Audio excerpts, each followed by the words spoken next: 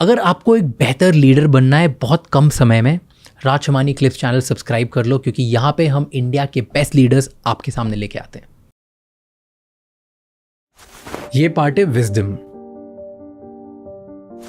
मैं कोई इतना ज़्यादा बड़ा या एक्सपीरियंस इंसान नहीं हूँ जो बहुत ज़्यादा विजडम दे सके, पर मुझे ऐसा लगता है कि कुछ पॉइंट्स हैं जो मैंने सीखे हैं, ऑब्जर्व करें, मेरे आसपास जो लोग हैं और जो मेरे साथ पॉडकास्ट पे लोग आते हैं और मेरे जो माँ बाप ने सिखाया है, उन सब से मुझे कुछ विजडम मिली है, या उन सबको ऑब्जर्व करके साइलेंटली मैंने कुछ मेरी लाइफ में इम्प्लीमेंट किया है।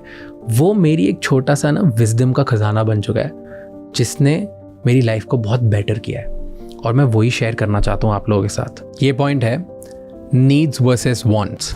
हमारी पेरेंट्स की जनरेशन को एक चीज़ बहुत अच्छे से आती है जो हमें नहीं आती, वो है अपनी नीड्स एंड वांट्स को डिफरेंशिएट करना। जब भी मैं मेरे पापा के पास जाता हूँ कि पापा बेटर फ़ोन ले लो, आपका बिजनेस बहुत बढ़ेगा, इससे आपके बिजनेस के लिए अच्छा होगा, पापा बोलते नहीं यार अभी ज़रूरत नहीं है। फिर मैं उनसे बोलता हूँ यार ये बेटर शर्ट ले लो, आप मीटिंग्स में और ज़्यादा प्रेजेंटेबल दिखो, नहीं यार अभी ज़रूरत नहीं है। हमेशा वो मुझे बता देते हैं कि उनकी ज़रूरत क्या है और उनको क्या ज़रूरत नहीं है, लाइफ में उनके लिए क्या अपग्रेड है और क्या इम्पॉर्टेंट है। और ये ना हम लोगों की जनरेशन को इतने अच्छे से नहीं आता। हम लोगों को क्या लगता है कि यार मेरे पास तो अच्छा फ़ोन ही नहीं है, लेटेस्ट आईफोन नहीं है, इसकी वजह से मैं कंटेंट ही नहीं बना सकता। मेरे पास ना एकदम फुल फ्लेजेड सेटअप नहीं है पीसी का, बढ़िया लैपटॉप नहीं है, तो मैं एडिटिंग ही स्टार्ट नहीं कर सकता। मुझे ना बाइक चाहिए, नहीं तो मैं ऑफिस कैसे जाऊँगा। इतनी छोटी छोटी चीज़ों पर हम कंप्लेन करते हैं और हमें लगता है कि ये अगर नहीं होगा तो हम आगे का काम कैसे करेंगे, और वो सारी चीज़ें वांट्स होती है, नीड्स नहीं। तो हमें हमारी पेरेंट्स की जनरेशन से सीखना चाहिए कि ज़रूरतों को और चाहतों को डिफरेंशिएट कैसे करें, नीड्स क्या होती है, वांट्स क्या होती है। तो इसलिए आज एक बड़ा सा पेपर लो और उसमें एक साइड लिखो नीड्स, एक साइड लिखो वांट्स। कौन सी ऐसी चीज़ें जो एकदम ज़रूरी है तुम्हें लाइफ में आगे बढ़ने में, जो तुम्हें चाहिए ही चाहिए, जो होनी चाहिए, नहीं तो उसके बिना कुछ हो नहीं पाएगा। एंड देन एक साइड वांट्स लिखो कि अगर ये होता तो बेटर होता, कौन कौन सी चीज़ें कि अगर ये होता तो बहुत बेटर होता। इन दोनों के बीच में डिफरेंशिएट करना सीखो। मैं मेरी लिस्ट लगाता हूँ, तुम उस लिस्ट को देख के अपनी लिस्ट भी देखो। नेक्स्ट पॉइंट है माई रेड फ्लैग्स। हर साल ना हम क्या करते हैं, हम दूसरों में रेड फ्लैग ढूंढने की कोशिश करते हैं कि इस लड़की में ये रेड फ्लैग हैं, इस लड़के में ये रेड फ्लैग हैं, इसमें ये रेड फ्लैग है, इसमें ये गंदी बात है, इसमें वो गंदी बात है। पर हम खुद के अंदर क्या रेड फ्लैग्स हैं ये तो कभी देखते ही नहीं है। तो इस साल डिसाइड कर लो कि हम दूसरों के बारे में गॉसिप करने से ज़्यादा या दूसरों के बारे में रेड फ्लैग निकालने से ज़्यादा हम खुद के अंदर रेड फ्लैग्स देखेंगे और उसको सुधारेंगे, उन रेड फ्लैग्स को ग्रीन करेंगे। जैसे मैं अपना खुद का एग्जाम्पल देता हूँ। मैं जब भी किसी से लड़ता हूँ, मेरे भाई से, मेरी गर्लफ्रेंड से, मेरे मॉम से, मेरे डैड से, मैं हमेशा बोलता हूँ यार क्या लड़ाई कर रहे हो, बंद करो इसको। जब भी हम लड़ाई करते हैं 10 मिनट होती है हमारी, आर्ग्यूमेंट होती है, डिस्कशन होता है, उतने में बोलता हूँ यार बंद करो, कल बात करेंगे, मुझे सोना है, मुझे जाना है, मैं निकलना है। फिर ना एक बार जब मैं लड़ रहा था मेरे भाई से, उसने मुझे बोला अबे तूने खुद को देखा है क्या, तू क्या कर रहा है। एंड तब मुझे रियलाइज़ हुआ कि प्रॉब्लम मुझ में, ये रेड फ्लैग मेरा है कि मैं सामने वाले को सुनता ही नहीं हूँ और उसको समझने की कोशिश ही नहीं करता हूँ। मे बी उनका एक वैलिड पॉइंट है, मे बी उनका वैलिड पॉइंट नहीं है, लेकिन वो मुझे कुछ समझाना चाह रहे हैं, पर मैं कभी रुक के सुनता ही नहीं था। तो उसके बाद से मैंने ये डिसाइड किया कि मैं खुद के रेड फ्लैग्स देखूंगा और मैं खुद में क्या गलत कर रहा हूँ वो देखूंगा, ताकि मैं सामने जब नेक्स्ट टाइम लड़ूँ तो वो ओवरऑल सिचुएशन बेटर कर दूँ, ना कि उसको उसी टाइम कट करके आगे बढ़ जाऊँ। Next point, start taking small decisions. हम ना लाइफ में डिसीजंस ही नहीं ले पाते। हमको ना कभी स्कूल ने सिखाया, ना कॉलेज ने सिखाया, ना हमारे आसपास के लोगों ने सिखाया कि डिसाइड कैसे किया जाता है। ये पता है ब्रेन को ट्रेन करके सिखाया जाता है। हमारी लाइफ में जब भी बड़े डिसीजंस होते हैं हम बड़े कंफ्यूज हो जाते हैं, हमें पता ही नहीं कि यार ये सही होगा नहीं होगा, लेना है नहीं लेना है, क्या करना है पता नहीं। तब हम लोगों से पूछना स्टार्ट करते हैं, जो सही लोग नहीं उनसे भी पूछना स्टार्ट कर देते हैं, और उन सब के बीच में हम कंफ्यूज हो जाते हैं क्योंकि हमारे आसपास इतने ऑप्शंस, इतनी चॉइसेस, इतनी चीज़ें कि हमें पता ही नहीं डिसाइड कैसे करना है। इनफैक्ट एक सर्वे था कि 86% जेनजी को मेन्यू एंजाइटी है। मतलब जब हम रेस्टोरेंट पर जाते हैं और मेन्यू कार्ड देखते हैं तब हम एंशियस हो जाते हैं कि यार क्या ऑर्डर करूं, पता ही नहीं है क्या करूं, इतने सारे ऑप्शंस हैं। हर किसी के साथ ये होता है। तो आज से ना छोटे छोटे डिसीजंस लेना स्टार्ट कर दो कि मैं कौन से कलर के कपड़े पहनूंगा, मैं कहाँ जाऊँगा, मैं क्या खाऊंगा, मेरे को किस रेस्टोरेंट में जाना है, इतने सारे वीडियोज़ में से, इतनी सारे मूवीज़ और टीवी शोज़ में से मैं क्या देखूंगा। कन्फ्यूज़ मत हो, जो भी हो वो डिसाइड कर लो, क्योंकि जब तुम छोटे डिसीजंस लोगे तब तुम्हारा ब्रेन ट्रेन होगा बड़े डिसीजंस लेने के लिए, और लाइफ में बड़े डिसीजन तुम आसानी से ले पाओगे। अपने ब्रेन को ट्रेन करना स्टार्ट करो, so start taking small decisions. The next point है लेस देन 1 मिनट। इस साल ये डिसाइड कर लो कि किसी भी चीज़ को करने में अगर 1 मिनट से कम लगता है तो वो उसी टाइम कर लो, क्योंकि जो 1 मिनट की चीज़ हम पेंडिंग करते थे ना, तो ऐसे प्रोक्रेस्टिनेट करते हैं, अरे कल कर लूँगा, अरे कर लूँगा, अरे कर लूँगा, अरे कर लूँगा, वो होती ही नहीं और एंड में जाके बहुत सारी हो जाती है। एंड देन फिर हम रियलाइज़ करते हैं कि यार कुछ भी नहीं हुआ। मैं मेरा एग्जाम्पल देता हूँ। तो पहले ना मेरी मम्मी मुझे बोलती थी कि यार टीवी रिचार्ज करवा दे, इंटरनेट रिचार्ज करवा दे। मैं बोलता हूँ कर दूंगा, रात को कर दूंगा, हो जाएगा। पापा मुझे बोलते हैं कि इलेक्ट्रिसिटी बिल भर दे, इंटरनेट से भर दे, हमें नहीं आ रहा है। मैं बोला कर दूंगा यार, अभी हो जाएगा, ठीक है।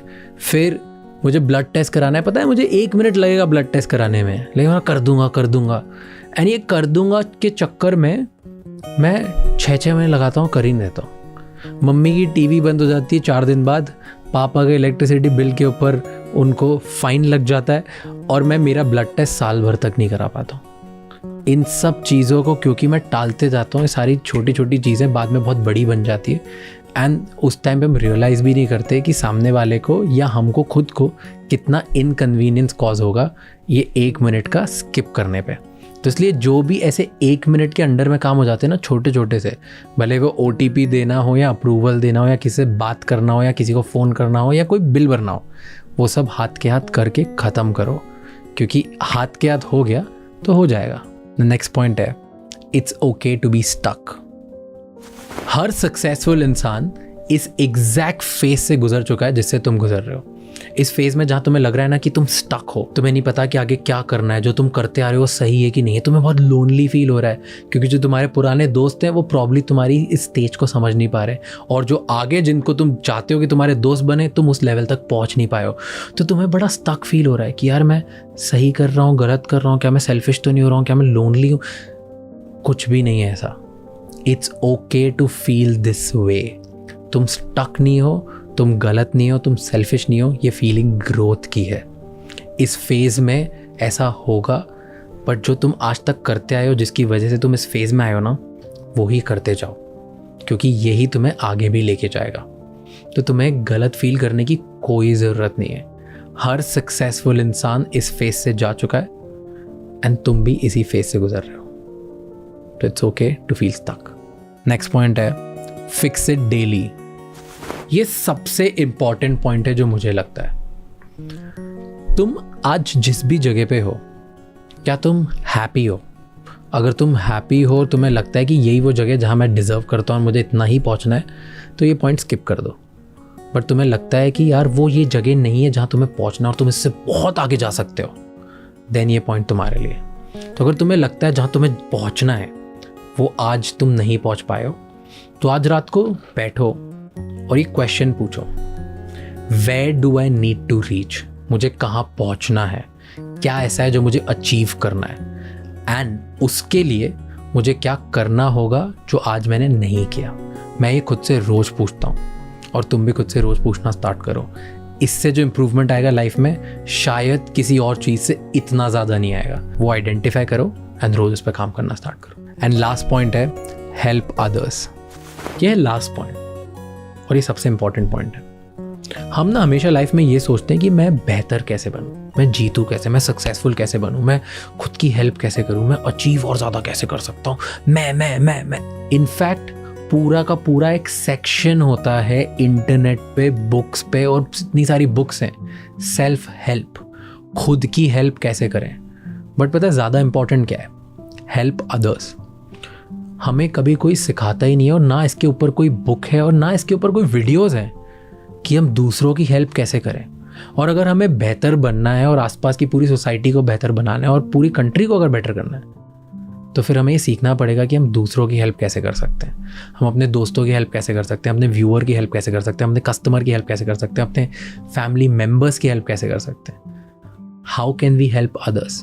हमें ये सीखना पड़ेगा। तो 2024 में एंड 2025 में एंड 2026 में और हर साल हम आज से ना ये तय करते हैं कि हम ये सीखने की कोशिश करेंगे कि दूसरों की हेल्प कैसे कर सकते हैं। मुझे वो नहीं आता, प्रॉबेबली आपको भी नहीं आता होगा, पर साथ में अगर कुछ आइडियाज़ हैं तो शेयर करो मेरे साथ कमेंट्स में, ताकि हम एक दूसरे से सीख के सबकी हेल्प कर पाएँ।